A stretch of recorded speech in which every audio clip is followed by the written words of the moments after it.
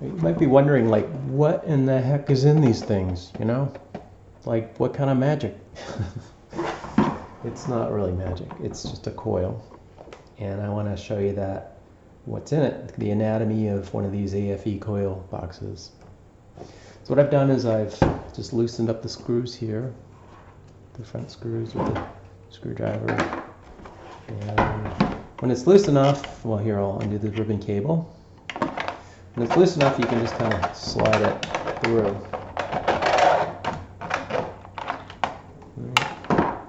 Then we can set that aside. So there you go. There's your banana jack. Here's your ribbon cable coming out of the other end. And these two screws here are holding the internal printed circuit board, the AFE, the analog front end board, to the side here. So these things, their boxes snap together and snap apart, and it helps to use a credit card to do it, because otherwise it's kind of violent. If you put your finger in the hole and you yank on it really hard, it'll probably come apart, but it can hurt, like it can hurt the coil, because the coil leads are kind of fragile, and you don't want to mess, and you don't want to manhandle it.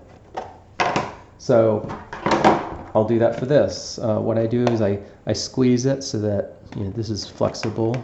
It's just 2 layers of 3D printing.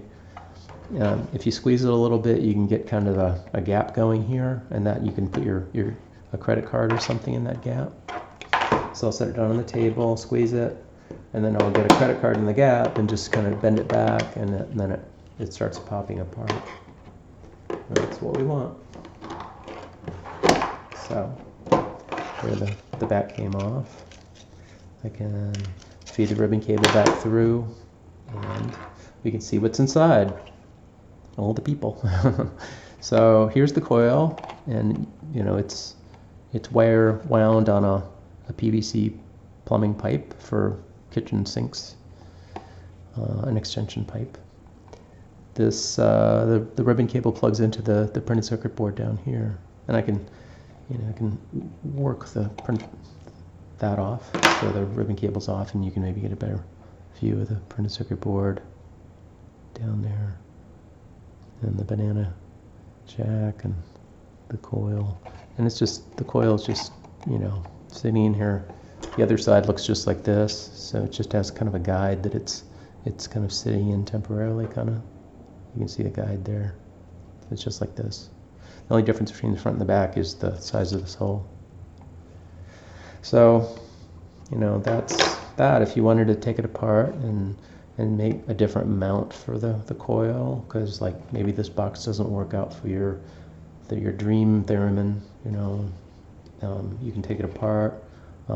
The 2 coil wires, one of them, the wire on this end connects to the banana jack and the printed circuit board, and the wire coming out of this end of the coil goes back up also to the printed circuit board. So it's just 2 wires of this connecting the printed circuit board, and then your ribbon connector cable. So you can undo these screws and you can take it all apart pretty easy. There's just a little bit of tape inside here too. Kind of the tape is so that these little wires from the coil, if you don't kind of secure them, they can vibrate really quick. And I've seen this a bunch. So that's why there's tape on there to kind of damp the vibrations of these wires hanging out in space. The D-Lev has good cable management internally. If you want a longer or shorter, I guess you probably don't need a shorter, but if you wanted to, like, say, locate the coil along with the plate like I do on mine, you probably need a longer ribbon cable to do that. And so I just get these off Amazon. They're 2x4 IDC connectors, and they're keyed. You can see the key right here, so that you can't plug it in wrong. But you can't assemble this wrong, and so let me show you how to, if you were going to make your own. So you're looking at both of the keys here together, both of the keyed sides, right? And if you look on the connector itself, there's like a little tiny arrow right there. And the arrow should line up with the red, or the special end of the special side of your ribbon cable, right? So if you look at it, see both of the little arrows here have the red, are associated with the red marking on the ribbon cable.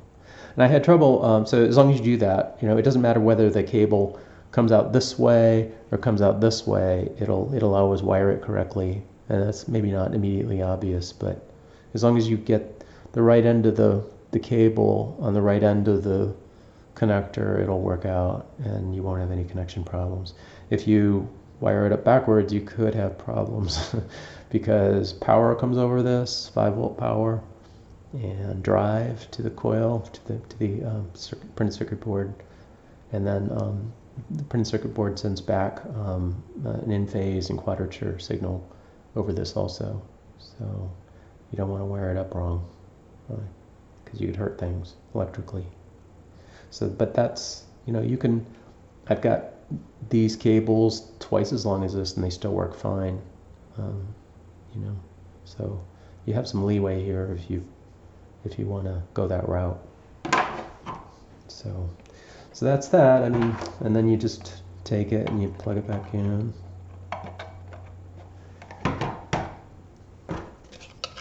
And you feed it through the hole again.